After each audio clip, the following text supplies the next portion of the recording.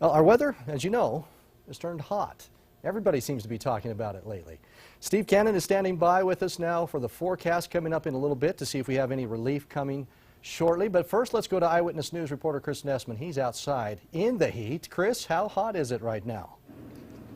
Todd, hot enough that I'm really glad I don't have to wear a suit coat right now. But in all seriousness, this kind of heat is something that needs to be taken seriously, especially for seniors who have a harder time dealing with the heat. It's days like today that has doctors at Eastern Idaho Regional Medical Center on alert for heat-related illnesses. Things like heat exhaustion, dehydration primarily would be the primary things you see, and then that can lead to other things, you know, passing out and subsequent injuries. It's also a time when it's important to check up on your friends and neighbors, especially if they're older. I do have a couple of friends that I get concerned about once in a while, and I call them and see how they're doing, and as long as they answer their phone and talk okay, I decide they're okay too. Seniors in Eastern Idaho are particularly vulnerable.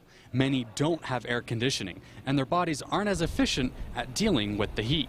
Seniors are more vulnerable because they have so little reserve, you know, and reserve with regard to, you know, their hydration status, their cardiac function primarily. But after talking with a few people at the Idaho Falls Senior Center, I found there are a few creative ways to stay cool, with or without AC.